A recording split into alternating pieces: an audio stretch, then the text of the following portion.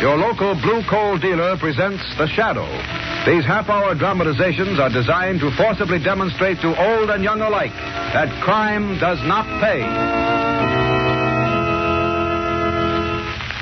Before we start the first act of today's Shadow story, attention homeowners. If you want better heat with less furnace attention, here's what you do. Get in touch with your nearest blue coal dealer. Order a supply of blue coal, the fine quality hard coal that's been mined and prepared by the most modern methods and laboratory tested for quality. You'll find that blue coal offers you by far the most for your money in heating comfort and satisfaction. Don't fail to try it. Order your supply of blue coal tomorrow. The Shadow, mysterious character who aids those in distress, is in reality Lamont Cranston, wealthy young man about town.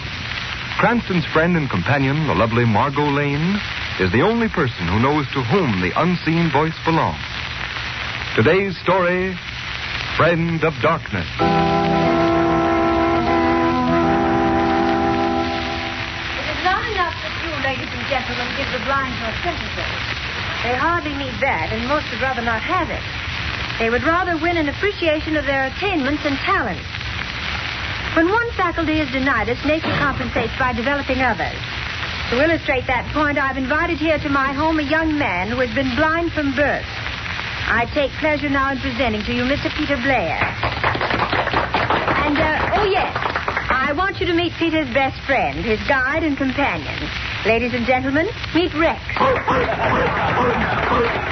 Peter is going to demonstrate how generously nature has compensated him for the loss of his sight. You'll need a couple of volunteers to help with this. Lamont Cranston, will you be a courageous soul and come up here in front of all these nice people? All right, Margot. I hope I'm not going to be sawed in half or anything like that. No, Lamont, it's usually a woman that's sawed in half. Right. Now, we need one more volunteer. Commissioner Weston, I know you're not afraid of a crowd. Would you be so kind? Gladly, Miss Lane, gladly. That's fine. Now that we have our volunteers, I turn the platform over to you, Peter. Thank you, Miss Lane. Ladies and gentlemen, I first want to express my deep appreciation to Miss Lane and all you ladies and gentlemen who are launching this campaign for the economic and industrial advancement of the blind. As Miss Lane has told you, nature generously compensates for the loss of the sight faculty. In my case, I've been endowed with a rare sense of touch, and I'll show you now to what extent that faculty has been developed. I hold in my hand a piece of steel 3 inches thick. Commissioner Weston, would you hold this piece of steel against your chest? Yes, of course. Thank you. Now, Mr. Cranston, will you take the commissioner's hand and hold your middle finger on his pulse? Certainly. Come, Weston, come. There we are. I suppose that's the first time you two men have been asked to hold hands. Now, ladies and gentlemen, I'm going to place my fingers on the piece of steel that's against Commissioner Weston's chest. I'll count the beat of the commissioner's heart through this steel. And Mr. Cranston will verify my count by the pulse beat. And we'll start on a signal from Miss Lane. All right, now, Miss Lane, whenever you say. All right, when I say go. Go. 1, 2, 3, 4, 5, 6, 7, 8, 9, 10. Stop. The commissioner's heart beat 10 times. We stopped on the 11th beat, Mr. Cranston? Correct. 10 beats called exactly on the beat.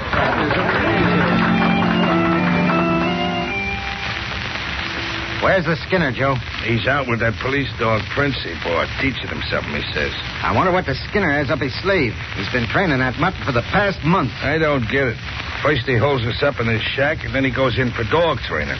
It's got me. Shut up. Here he comes. Hello, Skinner. Hi, Skinner. How'd the mutt do tonight? I did okay. He's a smart hound. I had to slap him around a bit, but he gets the idea after a while. Give me a smoke, will you? Certainly, Skinner. Hey, Well, I guess this is the night. Night for what? To pull the stunt I've been planning on for a couple of months. you mean you got something on the fire? Yeah. You're going to make some real dough. No penny ante stuff this time. Gee, I thought we was going to spend our lives just training that mutt. That hound is going to be more important to the stunt I've got in mind than either of you guys. What's on the slate? You'll find out. There's a clipping I cut out of a paper about a month ago. What is it? A popular and beautiful Margot Lane launches Society for the Economic and Industrial Advancement of the Blind. Oh, that's very interesting. You ain't going into society, are you? Shut up, dope. There's a lot of stuff here about this Margot Lane, but here's what interests me. Among the demonstrations that amazed the guests was the feat performed by Peter Blair. Blind from birth, Blair registered the heartbeat of a guest through a thick piece of steel. This he did by placing the steel over the heart of one of the guests with his own fingers on the outer side. So what? So we can use that guy. Anybody that can feel a heartbeat through a piece of steel could feel a tumbler's fall in a safe.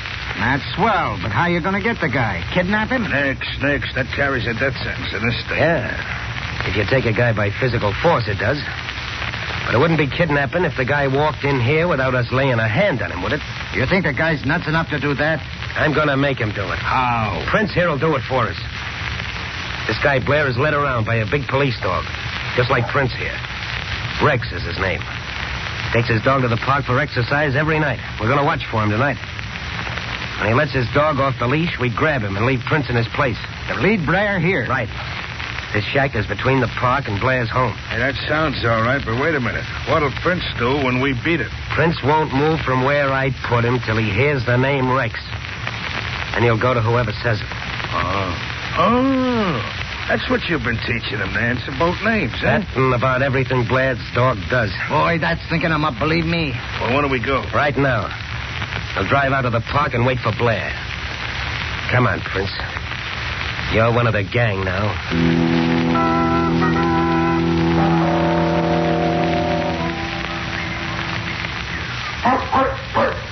There's Peter Blair now, sitting on that bench over there. Is that his dog running around? Yeah. Joe let Prince out of the car. Right. This is where we make the switch. Okay. Come on, Prince. Come on. Now, as soon as we get Rex over here to the car, we'll trade dogs. Prince, speak. Speak. Hey, look. The other mutt stopped dead in his tracks. And now he's answering back. Here he comes. All right, Prince. All right, boy, do your stuff. Ready to grab Blair's dog, you guys? I'm all set. He won't get away. Hello, Rex. Nice, Rexy. Come here, boy. Oh, that's a good fellow. All right, fellas, grab and muzzle him. Got him, Skinner. In the car with a big snappy. Shut up. You'll find your boss in a little while. Okay, Skinner, we're all set. Dog's in the car. Right. Now lie down on the grass, Prince. That's it. Now stay put till Blair calls for Rex. No, boy. Down. That Prince ain't moving a muscle. Boy, you sure got him trained. Red, time to go home. Come on, Red. Look at Prince. You heard him call. Red, Red. Say, look at Prince jump all over Blair. Like he knew him all his life. He'll never know it ain't Rex. Will you look at that? Prince is leading the guy right out of the park. Right out of the park and right into our hands.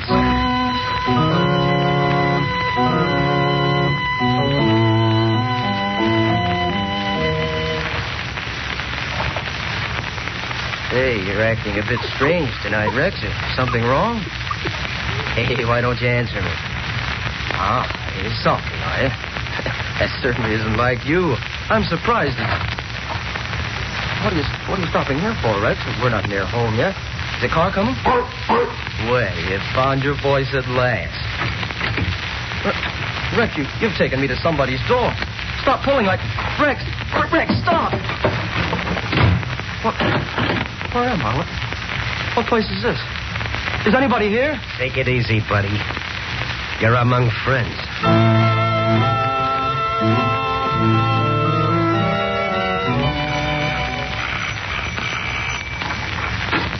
Margot, you're all excited. Something wrong? Oh, yes, Lamont.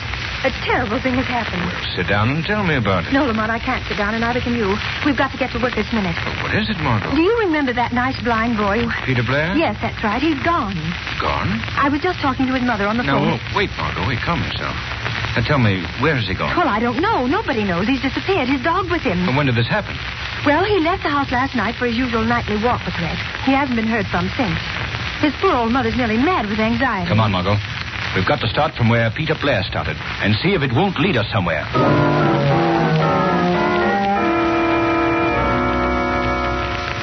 Take it easy, Blair. Nobody's going to hurt you. Oh, I don't care what you do with me. What have you done with my dog, Rex? He's okay for the time being.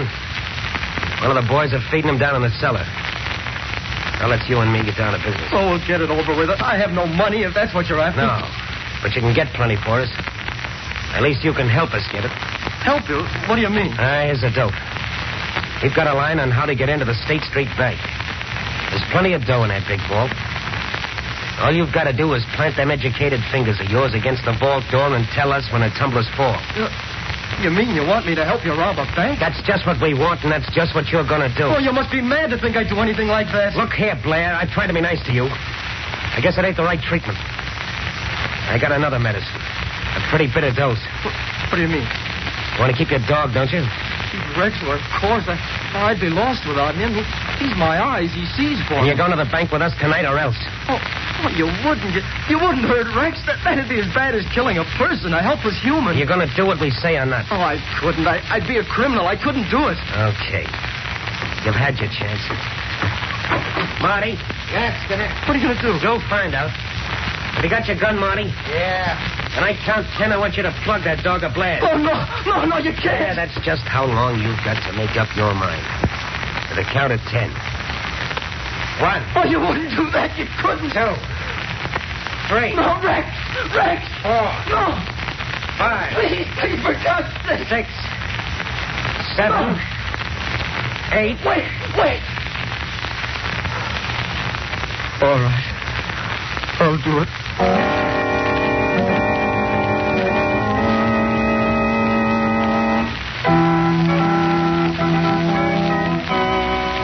We'll continue with the second half of the Shadow's adventure in just a moment. You know, householders, it's pretty hard to beat the satisfaction of having a perfectly heated home.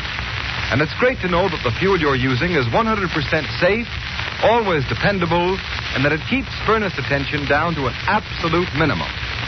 Now, that's exactly the kind of all-around heating comfort and satisfaction Blue Coal provides for thousands of American families every year. And if you haven't yet tried this superior quality fuel, don't put off a real treat.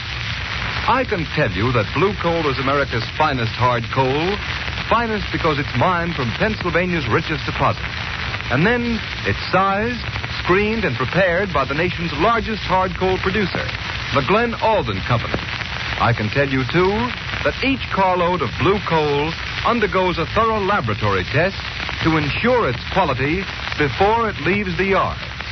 But if you'll just try Blue Coal and ask for it by name when you order your next fuel supply, then your heating problems will be over. For you'll find that Blue Coal requires less furnace attention, and your family will appreciate Blue Coal's steadier, more dependable heat. Just see if I'm not right. Call your nearest Blue Coal dealer tomorrow. His name is listed in the Where to Buy It section of your classified phone directory under the words Blue Coal.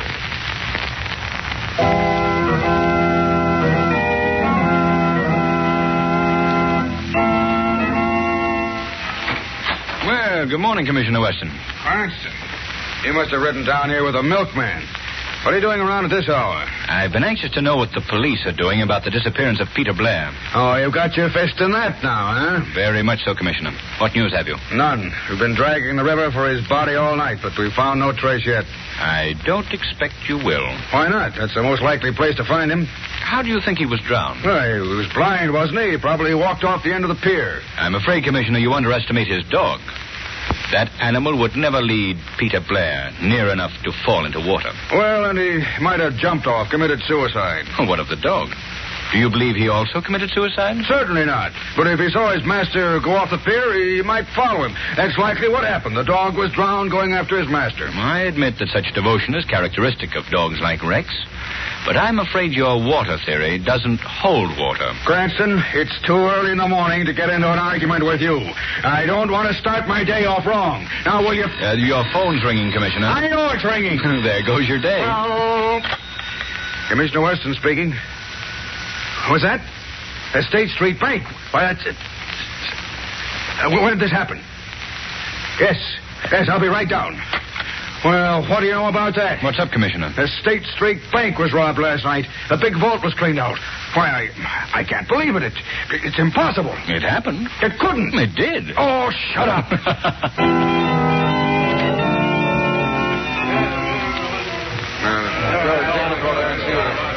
Well, this vault was opened by a cracksman. He's the best one that ever lived. There's not a mark on the vault anywhere. No drills, no soup, nothing. Just open, that's all. That seems to have been enough for the gang's purpose, Commissioner Weston. Cranston, if you're going to let loose a theory, I'll lock you in that vault until I've completed this investigation. I wouldn't lock anyone in that one if I were you, Commissioner. It's too easy to open. Then keep out from under my feet. Have you formed an opinion yet as to how this thing was accomplished? Yes, I have. There's only one way it could be done. Only a person who knew the combination could have opened that vault. Then you think it's an inside job? Obviously. It would be impossible otherwise. I'll grant you it has all the earmarks of an inside job. Still, it doesn't seem possible that an employee would take such a chance. No, it doesn't, eh? Well, how do you think it was done, then? It certainly is baffling. Say, Commissioner, I just thought of something. Yeah, what? Do you remember the night Margot launched the Society for the Advancement of the Blind? Yes. Do you recall Peter Blair, the boy who counted your heartbeat through a piece of steel? Yes, I remember that. By George, I see it now. He could feel the tumblers in the safe just as he did the beat of my heart. There may be others with a talent such as that. Cranston, you hit something at last. Oh, thanks. Why didn't I think of him before? Why, he's the only man in the world who could have done this job. Say, just a minute, Commissioner. You don't by any chance think Peter Blair robbed this bank? Why, the whole thing ties in perfectly. He disappears mysteriously. The bank is robbed. Say, Blair's our man, all right. No, Commissioner, he'd never do Cranston, anything. He's the only one who could do it. I've been hunting him dead. Now I'm after Peter Blair, dead or alive. What are you hollering about, Blair? We're only asking you to do one more job for us. And we'll beat it out of town and you can go home with your dog. Oh, but I can't do it again. I just can't. You'll do it all right. This job is a cinch. We got almost an open door to the National Bank. All right, men, here's a setup. Now, the watchman has coffee delivered from a lunch wagon every night at about 12 o'clock. He takes it from a kid at the side door. All we have to do is follow the kid into the alley, stick a gun in his ribs, make him ring the bell just as he always does. When the watchman opens the door to get his coffee, we go in. Nothing to it. Oh, you'll be caught sooner or later, Skinner. All right, Blair, it'll be later. Come on, fellas, let's go. Right. Oh, Joe. Yeah? I want you to stay here and get things together for the getaway. We're leaving town right after this job. What do you want me to do? Clean out everything. Don't leave a thing behind, get me? No evidence. Right. Don't leave a thing. Yeah. How about Blair? We'll handle him on the way back. Right. All right, you guys, into the car. Marty, take care of Blair. Come on, get going, you. What's the matter, Mutt? You crying for your boss? Well, you won't miss him long. Skinner said clean up everything. That means you too. And you too, Prince. Your number's up. I guess I might as well get it over with. Shut up. Hey, Rex, get back there. Get back. Holy mackerel, right through the window. Hey, Prince, get down there. Get down. Crazy mutts.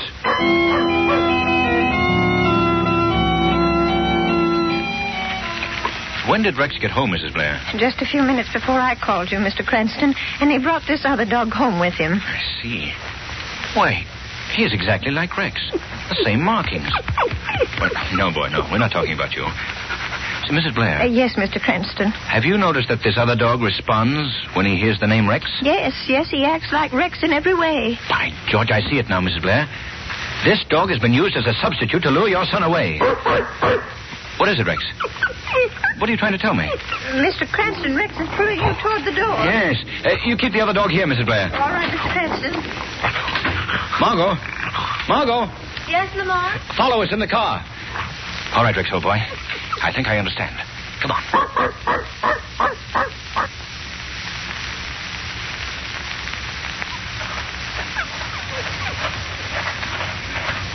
Easy, Rex. Easy. I wonder why you've led us into this lonely neighborhood. Oh, up this hill is it, boy, huh? Margot, stop the car. I think he's trying to call your attention to that shack up there, Lamont. Yes, Margot. Evidently, that's where Peter Blair is or was. Turn off the headlamps, Margot. Wait here. The Shadow's going to see what or who is in that shack. Be careful, Lamont. I will, Margot. Come along, Rex. Come on, boy. Come on.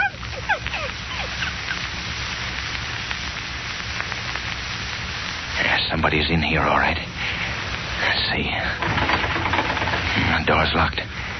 Speak, Rex. That's a boy. Yeah, somebody's coming.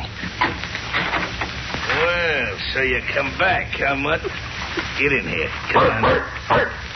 You won't get away this time. The Skinner said clean up everything. Hey, am I hearing things? So the Skinner told you to clear up everything, eh? What? What was that? I don't see nobody. Who laughed? I did. Who are you? I am the Shadow. Shadow? The guy nobody can see. Yes. Where is Peter Blair? I ain't telling you nothing. I'm getting out of here. Stay where you are. I'm getting out of here. I'll shoot my way out. Drop that gun. Drop that gun. Call the mud off. Let go his arm, Rex. What do you want from me? I want you to tell me where Peter Blair is. I'll tell you if you let me out of here. I won't bargain with you. I'm interested only in Peter Blair for the moment. All right. I ain't going to be the fall guy in this. Blair's with the Skinner. Where? They're robbing the National Bank right now.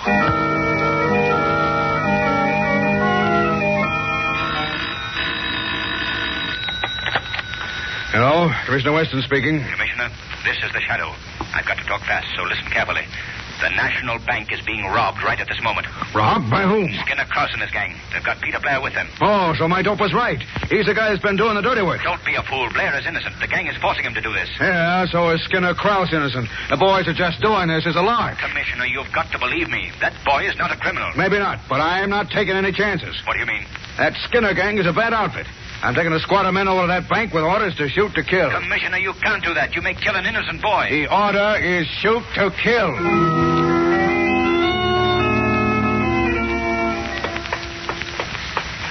Margot, we've got to get to the National Bank before Weston. What happened, Lamont? Peter Blair may be killed by the police. Hurry, Margot. Drive as fast as you can.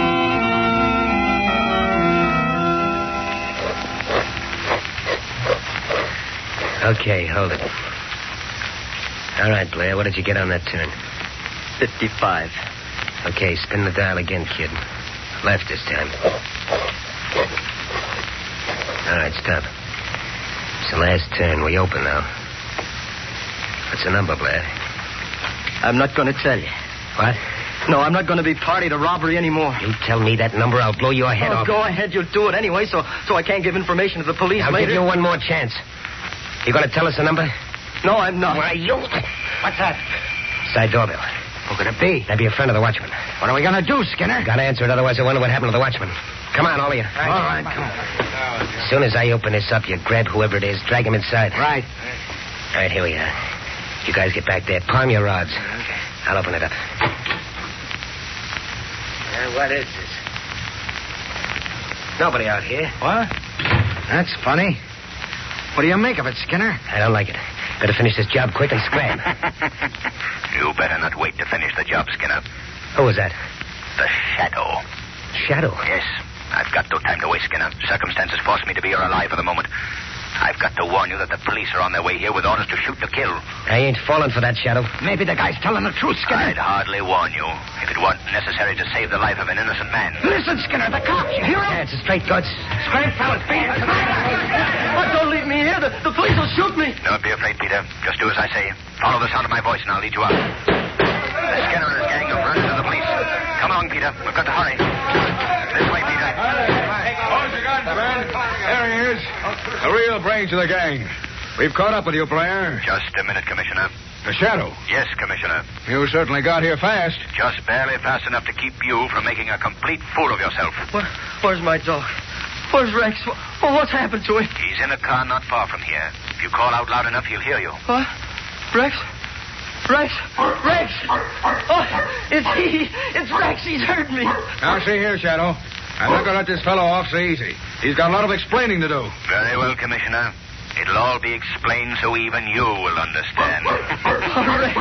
Rex, old fellow.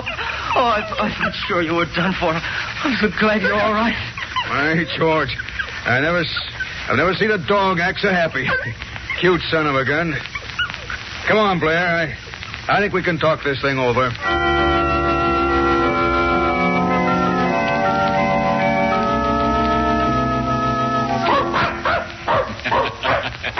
Well, you've got 2 fine animals now, Peter. You going to keep them both? No, Mr. Cranston. I'm going to give Prince to a sightless friend. You'd be a great companion for him. No doubt about it. Look at Rex and Prince gobble that ice cream. I don't know how to thank you, Mr. Cranston, and you too, Miss Lane, for everything you've done for us. Oh, don't mention it, Peter. I wish it were possible to thank our invisible friend, the Shadow, too. I'm sure he feels your gratitude, Peter. I'll wager that none of his exploits brought him more satisfaction than the apprehension of the Skinner and his gang. Men do terrible things, but the man is particularly depraved who would rob the sightless of a great and devoted friend, his dog.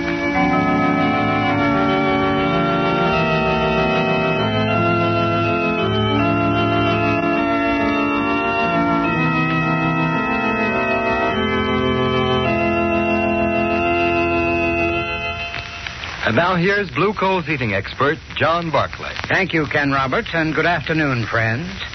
One investment every homeowner can make, which will pay big returns in comfort and convenience, is to install a Blue Coal heat regulator. I've heard some people say what time and trouble savers their oil and gas burners are. But those people forget that their oil and gas burners are dependent upon thermostat control for their heating performance and for maintaining an even degree of temperature. By simply installing a Blue Coal heat regulator for your coal furnace, you too can control room temperatures and enjoy exactly the same kind of heating comfort that the most expensive oil or gas burner could give you. The Blue Coal heat regulator is a thermostat which controls your furnace dampers automatically. All you need do is set the thermostat control at the exact temperature you wish. Your heat regulator will maintain that temperature day and night. What's more, it will stop your house from becoming overheated in warmer weather and save you from wasting coal. Get in touch with your nearest Blue Coal dealer. He'll be glad to show you how a Blue Coal heat regulator can pay for itself in the time, trouble, and amount of coal it saves you. I thank you.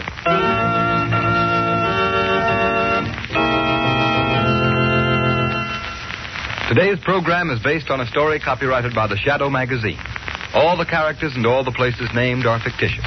Any similarity to persons living or dead is purely coincidental. The Shadow magazine is now on sale at your local newsstand.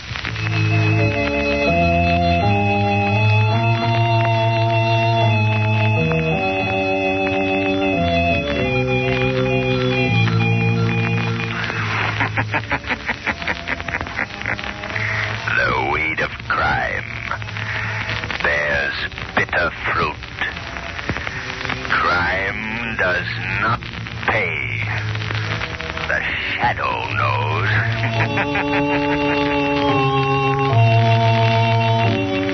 Next week, same time, same station, Blue Coal, America's finest anthracite, will again present another thrilling adventure of the Shadow.